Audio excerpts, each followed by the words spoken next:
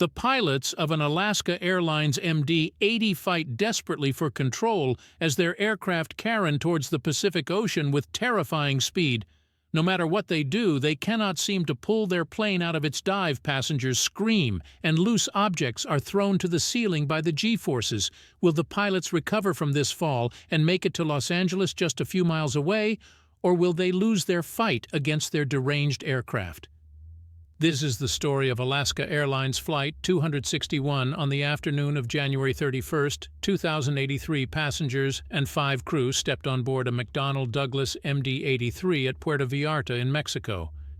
Most of the passengers were holidaymakers returning home to the cold and rainy northwestern United States. After a trip to sunny Mexico, the flight was bound for Seattle, but a number of passengers would disembark during a stopover at San Francisco. The flight time to San Francisco was 4 hours in the cockpit. On this day were 2 highly experienced pilots.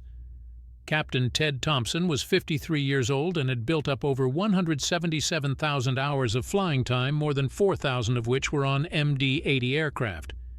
He had started his flying career with the U.S. Air Force, and by this point he'd been flying with Alaska Airlines for 18 years. Sitting to his right was 57-year-old First Officer William Tansky. Tansky had spent 20 years flying transport aircraft for the U.S. Navy before joining Alaska Airlines in 1985, where he accumulated over 8,000 hours flying the MD-80. Both pilots had spotless flying records, but as they set up their aircraft for departure, they had no idea that it contained a critical weakness, as it would turn out flying this particular aircraft, along with many of the other MD-80s in Alaska Airlines fleet, was like playing Russian roulette. Cost-cutting measures at the airline had meant that it was only a matter of time before something went seriously wrong on board one of their aircraft on this January day in the year 2000. The first signs of one such problem would appear just minutes after takeoff. At about 3:30 that afternoon, Flight 261 pushed back from the gate at Puerto Vallarta. The pilots started their engines and began taxiing out to the runway. The weather was perfect for flying light winds and clear skies. At least at this point, there was no reason to suspect that the flight would be anything but routine after a short taxi. First Officer Tansky lined the aircraft up on the runway and pushed the engines to take off power. The aircraft performed as normal on takeoff. Passengers sitting in the window seats retreated to pristine views of the sandy Mexican shorelines as the plane climbed out. First Officer Tansky flew the aircraft by hand during the departure, while Captain Thompson dealt with air traffic control. After a few minutes, as the plane passed through 6,000 feet, Tansky engaged the autopilot. My YouTube analytics page tells me that people from all over the world will be watching this video, which is pretty amazing, but unfortunately much of the web is not as free as YouTube in terms of what you can watch if you want to watch Friends on Netflix. For example, there are plenty of countries where you can't do this. That's where today's sponsor, Atlas VPN, comes in. Atlas VPN allows you to unlock your favorite movies and TV shows from all around the world by bypassing national restrictions. I like to use Atlas VPN when I'm buying things online because companies can't artificially increase the price based on my location or on whether I've searched for that product before, so whether I'm booking flights or hotels or just buying stuff online, I know I'm getting the best price. It's so useful at doing this because it's more than just a VPN. It blocks ads and trackers, and it keeps your searches private. It even notifies you when someone tries to steal your data.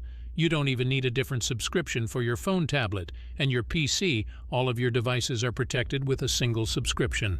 Atlas VPN is currently running the best VPN deal on the market, giving you all of their fantastic features for just $11.70 per month and 6 months extra with a 30-day money-back guarantee. Click my link in the video description to snatch up this deal. And now back to the video.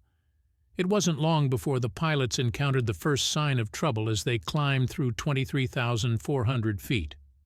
A warning light appeared in the cockpit. It told the pilots that the autopilot was unable to move the stabilizer, the horizontal part of the tailplane.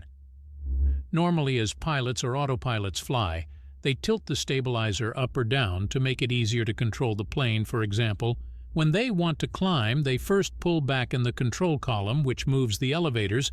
These tabs at the back of the stabilizer, the upward deflection of the elevators, pushes the tail of the plane down, which pushes the nose of the plane up, causing it to climb. But it would be too much work for the pilots to continuously pull back in the control column to keep the plane in a climb, so they use switches on the control columns known in the MD-80 as pickle switches to tilt the horizontal stabilizer itself. That's the actual wing here on the tail of the plane. With the horizontal stabilizer in its new position, it does the job that the elevator had been doing previously. So there's no longer a need for the pilots or the autopilot to pull back in the control column to move the elevator. The purpose of this process, known as trimming, is to lower the workload for the pilots and to keep the plane in trim.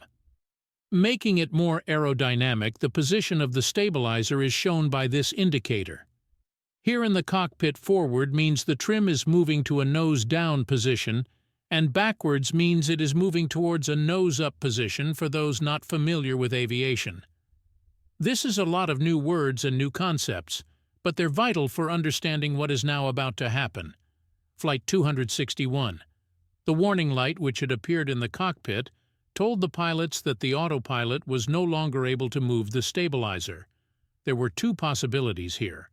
Either the motors which moved the stabilizer had stopped working, or the stabilizer itself had jammed.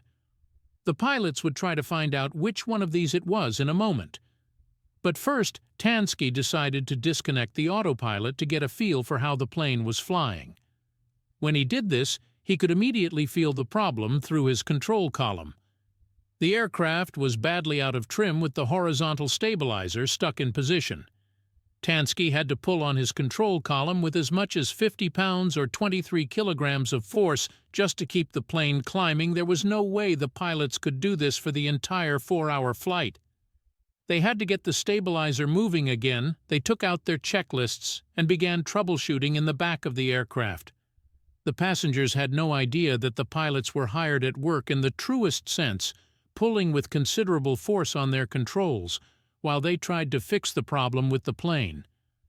As Tansky pulled in his control column, the air was pushing against his stabilizer at a speed of 600 km/h over 370 miles per hour, forcing the nose of the plane down. It was not an easy task to keep the plane climbing. The checklist procedures focused on getting the pilots to try different ways of moving the stabilizer. They had tried the pickle switches, which moved electrical motors in the tailplane. But this hadn't worked.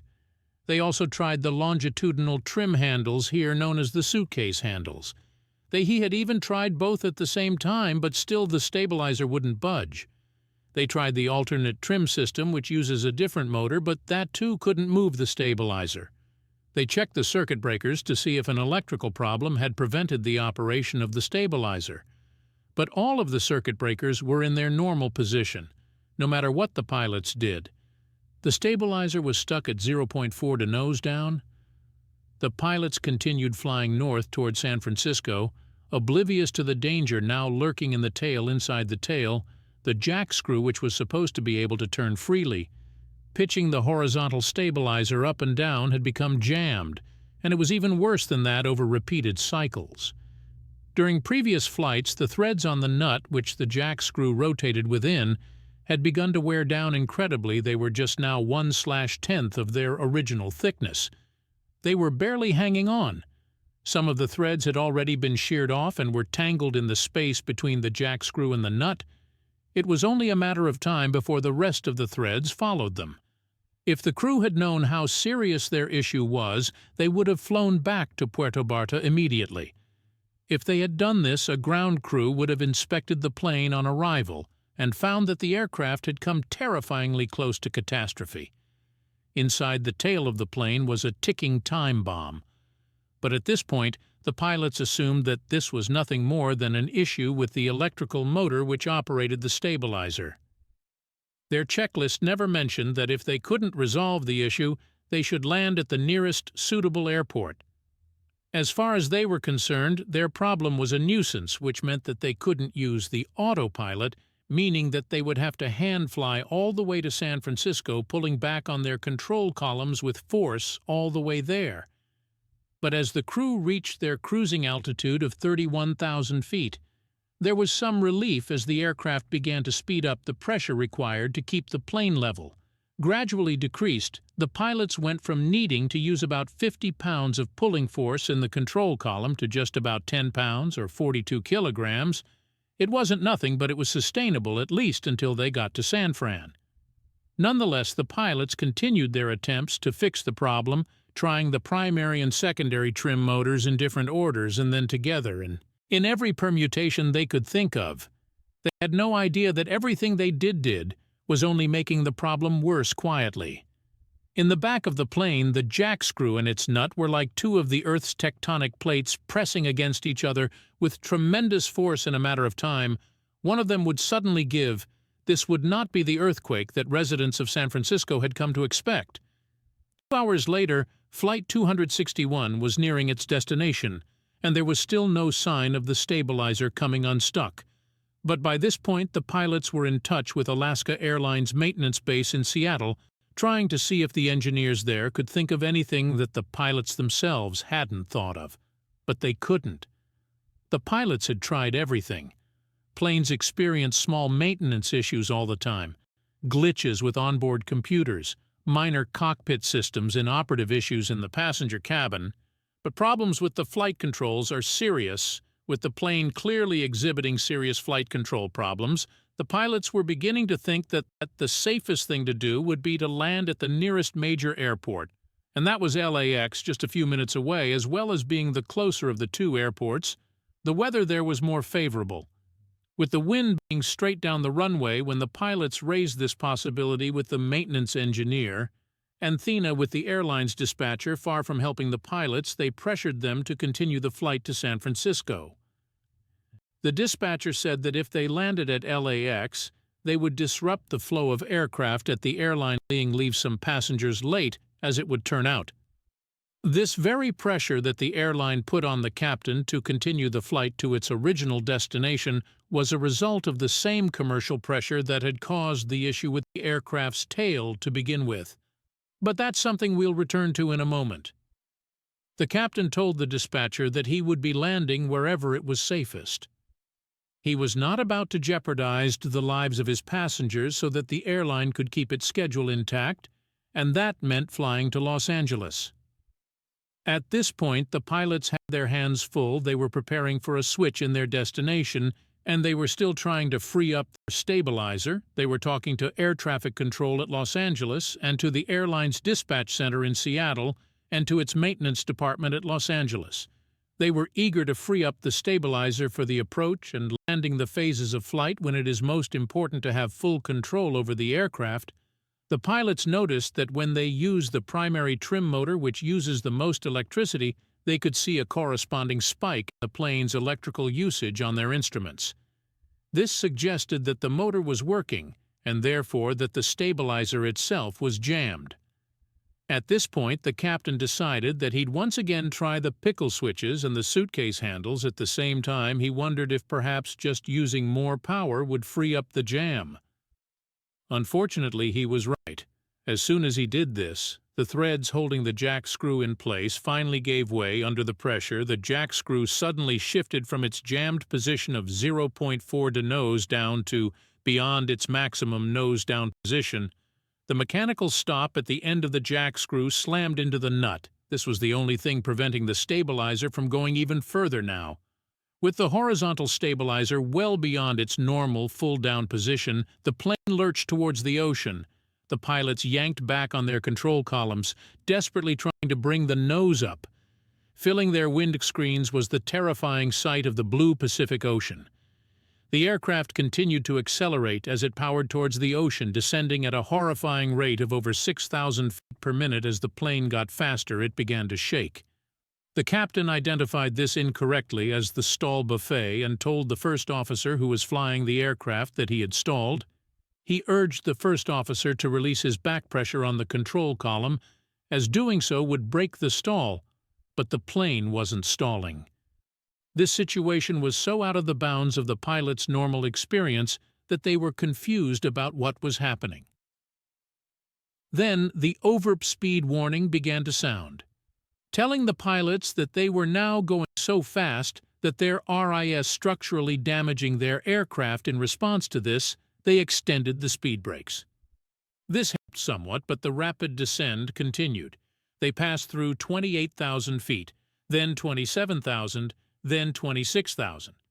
The captain called Air Traffic Control Center, Alaska, 261. "We are in a dive here," L-261 say. "Sir, yeah, we're out of 26,000 feet. We are in a vertical dive, not a dive yet. But we've lost vertical control of our airplane gradually by pulling with 150 pounds of force, or about 70 kilograms. The pilots managed to ease the plane out of its rapid descent. But they were now in much worse shape than they were just a few moments ago, with the horizontal stabilizer now stuck in a new position.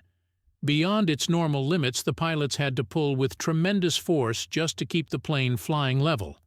And there was no telling whether it could get even worse. The controller could see on his radar that the aircraft had deviated significantly from its cruise altitude. He asked the pilots for an update. 261 clear condition.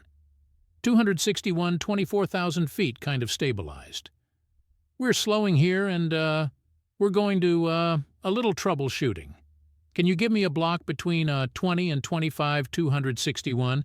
Maintain block altitude by level 232. Last 261. We'll take that block. Will be monitor without being able to control the aircraft's pitch." The pilots needed a clear block of space above and below them. This way they wouldn't CR crash into any other aircraft while they experimented with the aircraft configuration in the last Saint-Ant effort to find a solution that might save their lives. The captain handed control over to the first officer and radioed maintenance at LAX. He told them that he had tried both the suitcase handles and the pickle switches, and that the trim had moved to the full nose-down position. But maintenance didn't seem to appreciate the seriousness of the issue. They told the pilots that they could try doing the same thing again if they wanted, but that in any case they would see them at the gate shortly 20,000 feet above the Pacific. The pilots of Flight 261 were on their own. Stuck in a corner, Thompson and Tansky began formulating a plan to prepare the aircraft for landing. They needed to see how the plane would perform as they got slower and started extending the flaps and slats if this was going to pose a problem. They would much rather find this out now above the ocean than on final approach over the densely populated suburbs of LA. But before they tried anything with the aircraft, the captain decided to brief the passengers. They had been petrified by the sudden dive and needed some assurance that the pilots had the situation under control. He got on the PA and told the passengers that they were having flight control problems, that they were working on a fix, and that they would be diverting to Los Angeles. They were touched down in the next 20 to 30 minutes. Passengers sitting on the right-hand side could see the sprawling city of Los Angeles stretching out along the coast so close and yet so far it would be an organizing few minutes while they waited for the pilots to land, showing great situational awareness and presence of mind. Thompson asked air traffic control to stay over the bay while they configured the aircraft for landing. If another dive occurred, he wanted to minimize the number of casualties by having the plane crash into the water and not into the city. First Officer Tansky then suggested a useful change to the captain's plans. He said that they should try to reconfigure the aircraft at their current altitude of about 18,000 feet rather than at 10,000 feet. As the captain had told the controller, the air was thinner at 18,000 feet, so it wouldn't mimic the conditions close to landing as well as the air at 10,000 feet would. But more importantly, it would give them space to recover if the aircraft entered another dive despite the enormous pressure they were under and the sheer physical exertion required to keep the plane level. Both Thompson and Tansky were working together extremely well, systematically approaching the situation and foreseeing potential dangers. Now slowed down. The pilots began to set the aircraft up for landing. The first officer extended the slats. The aircraft remained controllable, but it still wasn't easy. A few moments later, the captain told him to extend the flaps as well. This configuration was close to what the plane would be at closer to landing, and it was stable. The least risky option at this point was to bring the plane in for landing. given that they now knew that the plane was controllable in this configuration. Doing this made the most sense, but rather than doing that, the captain wanted to try one more time to free the stabilizer. He knew that in its current position the force of the air was hitting its lower surface, keeping it stuck in place. If he could bring the nose of the aircraft up and then let it fall down, the air would briefly hit the stabilizer head-on and would no longer be pushed up by the force of the air. From that position, he would use the trim switches and try to move the stabilizer back to its normal position, while there was no pressure on it. If his plan worked, it would fix all of their problems. Thompson called a flight attendant into the cockpit and told her to prepare the cabin the passengers would need to be strapped in for this maneuver. He told the first officer to retract the flaps and the slats, but the captain didn't realize quite how bad the problem in the tail was. He had no idea that the threads on the nut were already sheared off. Even if the stabilizer did move, there would be nothing there to catch it. The first officer objected to his plan, saying that they shouldn't risk it so far. Everything they had done had only made their problems worse with the plane already controllable. The way it was, the wise thing to do was to stop experimenting further and to just bring it to the airport. After some thought, the captain agreed. Thompson told the first officer to extend the flaps. It was time to go to LAX. But just as Tansky did this, an enormous bang came from the back of the plane under incredible aerodynamic pressure.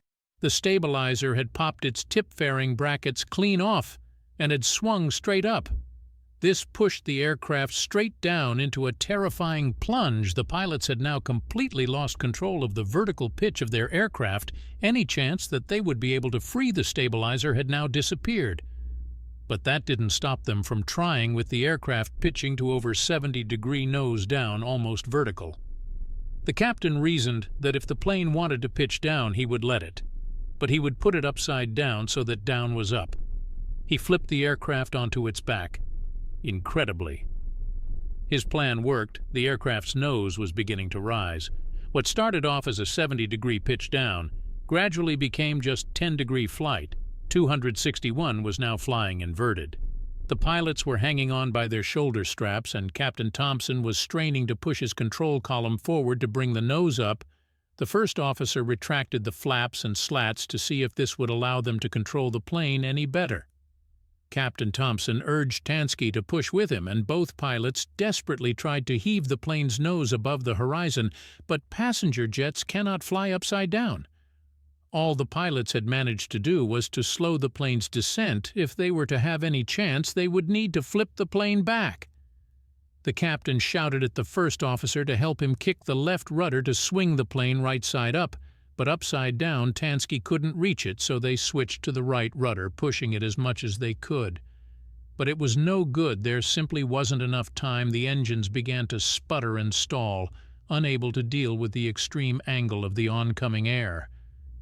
The first officer extended the speed brakes in an effort to slow the plane down, but with the water fast approaching, both pilots knew that there was no saving the plane. Now Captain Thompson said, "Here we go." At 20 minutes before that afternoon, Flight 261 slammed into the ocean. There were no survivors, and he just hit the water, sir. He hit the water down. Okay, the most important thing about the crash of Flight 261 is how utterly preventable it was. Pure corporate greed on the part of Alaska Airlines had caused him to schedule less frequent maintenance inspections of the jack crew assembly in the tail of the plane. Poor adherence to procedures, which was endemic in the company's maintenance department, also meant that the full procedure for greasing the jack screw was often not followed on Alaska. 261, this ultimately culminated in a jack screw which was essentially dry as it creaked up and down during flight. It was only a matter of time before it simply broke.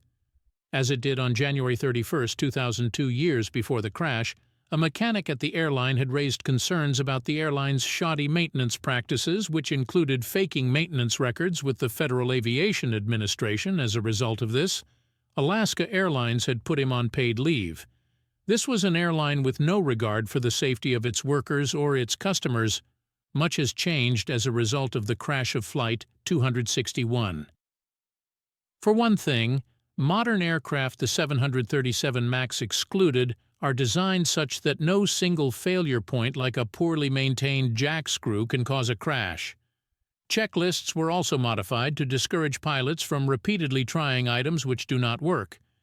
And they also now tell pilots to divert if they have significant flight control problems. But most of the safety recommendations in the final report were aimed at Alaska Airlines, and the FAA stressing the need to shorten maintenance intervals for critical components like those found in the tail of the aircraft for their heroic efforts to save the plane and its 86 passengers and crew. Thompson and Tansky were both posthumous, awarded the Airline Pilots Association Gold Medal for heroism. Their decision to keep the plane over the water saved the lives of many people on the ground, preventing this from becoming a much worse disaster than it already was.